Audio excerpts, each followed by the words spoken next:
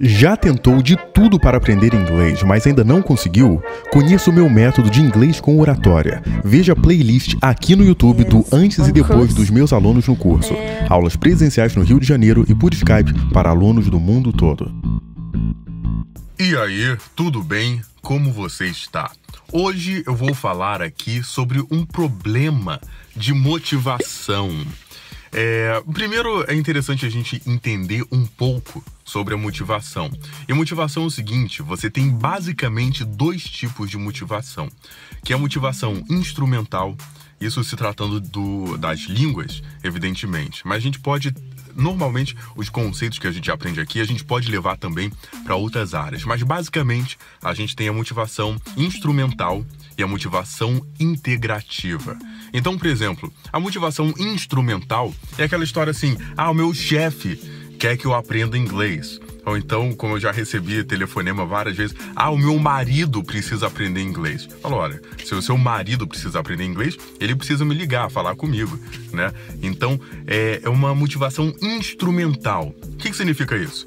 É um instrumento para chegar a algum outro lugar. Então vamos supor, o seu chefe quer que você aprenda inglês, ou você precisa aprender inglês para o trabalho, ou para uma apresentação, ou para passar em uma entrevista. Enfim, o inglês, nesse caso, ou o francês, ou enfim, qualquer outra coisa, é meramente um instrumento para você chegar até um outro lugar, como se fosse uma ponte, alguma coisa que devesse ser atravessada. E não necessariamente, nesse caso, você gosta daquilo. Aquilo é somente uma forma de você transpor um obstáculo. Essa é a motivação instrumental, que ela é meio fraca, ela é meio, ela é fraca, ela é sensível, ela não é muito duradoura, né? Não vem de uma paixão, assim.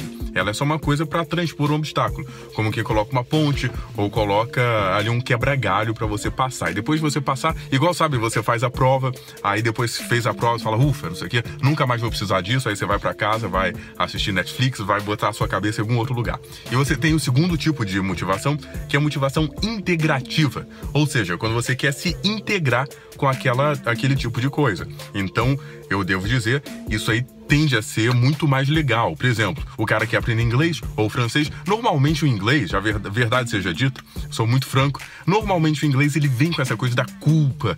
Eu preciso aprender inglês. O meu chefe quer que eu aprenda. Eu já escutei assim, o cara executivo, é o dono da empresa, falar, os meus estagiários todos já estão falando inglês, mas eu ainda não consigo falar e tal. Então, normalmente o inglês, muitas vezes, eu pego muito esse caso, ainda mais eu que tenho muito costume de dar aula para adultos, é muito comum essa culpa, né? Então é muito comum essa coisa. Portanto, essa motivação integrativa da pessoa amar o idioma e querer se integrar com aquela sociedade, com aquela cultura, com aquele país, isso é muito comum de ver nos alunos de francês, de italiano, de idiomas assim que eles não são tão chave, que eles não são tão úteis assim. A dizer, não estou falando que são inúteis, em absoluto, mas que não é como o inglês, que é considerado o idioma universal. O inglês, ele tende a vir com essa culpa, com esse peso, com essa coisa tipo, eu devia ter aprendido 10 anos atrás, eu tô perdendo tempo e tal, né? Então, de novo, motivação integrativa, quando você quer se integrar àquele tipo de coisa, e a motivação instrumental, ela é mais fraca, ela é mais, assim, mais frágil, né? Ela tende a ser mais passageira, é somente para transpor aquilo e o cara chegar lá. Idealmente, se você entendeu esses dois tipos de motivação, a integrativa e a instrumental, é legal você saber passar de uma para outra. Então vamos supor que você nem gosta tanto de uma coisa assim, e quem sabe a gente consiga ter a maturidade emocional aí de falar, poxa, eu não gosto tanto assim, mas será que eu consigo aprender a gostar? Será que eu consigo achar algum prazer aí nesse tipo de coisa? Aí você pode, talvez, isso é o meu papel muitas vezes como professor, de tentar passar o cara e quando ele topa o desafio, passar dessa motivação que é mais fraca para uma motivação mais apaixonada. Isso aí pode vir porque ele vai fazer amigos na turma, porque ele vai achar legal, porque ele vai gostar do método, porque ele vai achar o professor dele um mó barato. Enfim, pode ser uma coisa que aí ele vai desenvolvendo e que não necessariamente o objeto tô falando, parece um papo de psicólogo, né, de psicanalista. Não necessariamente o objeto daquela paixão, daquela coisa, vai estar no inglês, mas pode estar em alguma coisa secundária. E dessa coisa secundária é justamente o que eu queria falar. Porque, por exemplo, quando chega ali, geralmente isso é muito comum nos níveis intermediários, ou seja, quando você... Eu não gosto muito dessa ideia de nivelamento meio clássico, do iniciante, intermediário, avançado. Eu acho isso aí meio balela, verdade seja dita. Pra mim, o cara fala ou não fala. Ainda que ele fale, se comunica, mas comunica mal. Mas beleza, ele já fala. Aí a gente pode melhorar a qualidade dessa comunicação, né? Mas é muito comum quando o cara já consegue se comunicar em inglês, ou em francês, ou em qualquer outro idioma, ou até em qualquer outra atividade, por assim dizer. Mas enfim, você já consegue fazer aquilo, já consegue falar, já consegue se virar, mas você não é ótimo e tal. Quando a pessoa chega nesse nível, aí a pessoa é normal pensar assim, eu já consigo me comunicar. E aí a motivação começa, a tendência é reduzir. Porque você chega num momento que ou você deslancha e você vai falar inglês bem pra cacete, ou você vai parar ali e aí a coisa vai reduzindo. E aí talvez até aquilo que você já adquiriu, eu não vou dizer que você esquece, mas você começa a perder a confiança naquele conhecimento que você já tem. Então você vai ficando cada vez mais inseguro de falar, né, de expor, de colocar pra fora.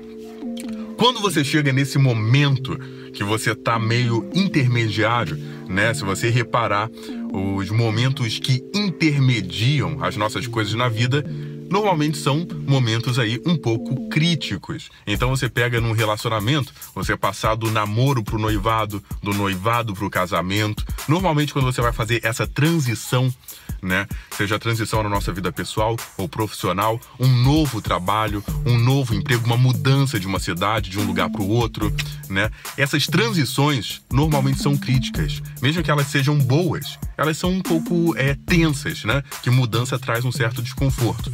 Então, esses períodos que intermediam é aquele tipo de coisa. Ou vai dar muito certo e a pessoa vai entrar naquele barco, ou a coisa vai parar por ali. Vai dar uma pausa, né, nesses períodos ali. Pode reparar que normalmente as nossas maiores felicidades e as nossas maiores tristezas são no período que intermediam um ao outro. É num período de transição. Então vamos supor, o cara ganha na Mega Sena, aí durante aquele momento ele fala, pô, vai ficar feliz pra caramba e tal, não sei o que e tal. Aí se você pegar o cara, conversar com ele, sei lá, 1 ano depois ou 6 meses depois, ele vai estar mais conformado. Fala, tudo bem, não, ganhei, né? Ou então, sei lá, a morte de uma pessoa querida, a pessoa fica arrasada no início, mas se você conversar com ela 6 meses depois, 1 ano depois, ou até menos tempo, aí depende do tempo de cada coisa, de cada evento, a pessoa já está mais conformada. Então repara que as nossas felicidades ou as nossas tristezas aí acontecem nesses períodos de transição. Então, é parecido com o inglês, quando o cara, ele tá ali num período intermediário, é uma coisa meio tensa e tal. Normalmente o aluno, ele fica com um pouco com a impressão, fala, eu já aprendi muita coisa, mas agora eu não tô com a sensação de que eu estou aprendendo, né? Eu não tô com a sensação de que eu vou continuar aprendendo. Então isso aí costuma ser muito frustrante.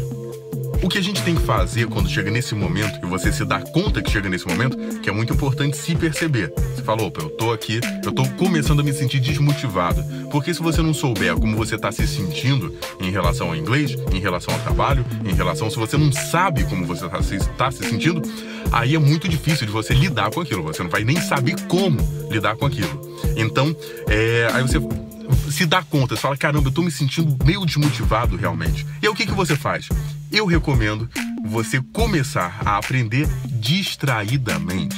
Você começar a focar nesse ponto, como eu falei, secundário. Então vamos supor que você está num curso, esse é o momento de você começar a focar na turma, de você fazer mais amizades, de você ir lá para a aula, como se diz assim, hangout. Eu falo isso para os meus alunos, quando eles já estão um pouco desmotivados, eles já aprendeu alguma coisa, ou tão, eu falo, não, vem aqui só tomar um café, vem aqui só pra gente bater um papo e tal, pra pessoa tá ali mas ela tá de uma maneira distraída, né? Não quer dizer que ela esteja no mundo da lua, não. Mas que o foco ali não é aquele foco assim, eu tenho que aprender inglês, eu tenho que aprender, é agora ou nunca. Tirar um pouco dessa dureza e colocar, não, vamos lá só bater um papo, vamos lá só tomar um café, vamos lá só, entende? Uma coisa mais light, mais leve. Então é você focar na turma, é você focar, não, eu vou lá só fazer isso, eu vou lá porque tem uma menina bonitinha, a gente bate um papo, eu vou lá porque depois da aula